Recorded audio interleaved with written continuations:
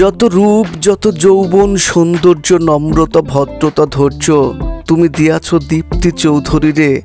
মনটা ছুঁয়ে দিতে চায়, কিন্তু নিয়ম বহির্ভূত কার্যে মনটা নাহি গড়ে।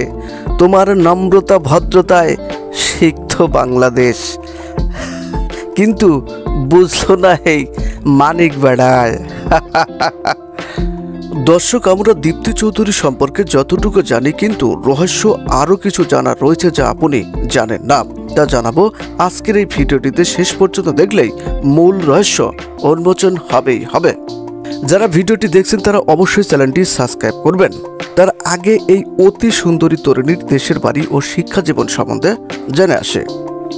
তার জন্ম ব্রাহ্মণবাড়িয়া জেলার নাসিরগঞ্জ উপজেলায়। তিনি বর্তমানে জগন্নাথ বিশ্ববিদ্যালয়ে পড়াশোনা করছেন। তিনি সব জায়গায় এ প্লাস বা কবিতা আবৃত্তি, লেখালেখি, জ্ঞান অর্জনই তার মূল পেশা। উপস্থাপিকাই হতে চান না, নায়িকা হবেন কখন। আসলে তিনি একজন জ্ঞান পিপাসু মানুষ।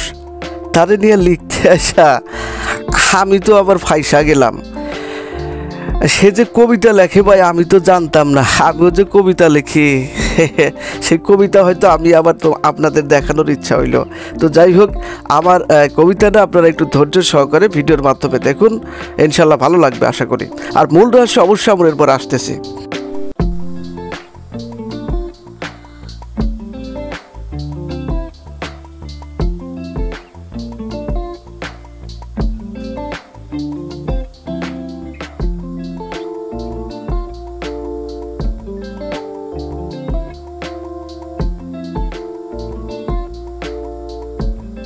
আজকে বিচারপতি মানিক তো বিচার পেয়ে গেছে। এরকম অনেক বিচারপতি বাংলাদেশে আছে যারা ক্ষমতার দম্ভে নারী জাতির সহিত অশোভন আচরণ করিয়া থাকে।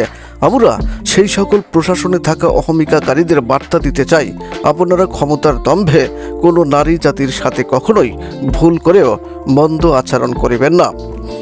আপনাদেরও কালা মানিক ওরফে বিচারপতি মানিকের মতো অবস্থা হইবে। সবসময় নারী জাতির সহিত শোভন আচরণ করুন এবং দেশকে ভালোবাসুন। আল্লাহ হাফেজ।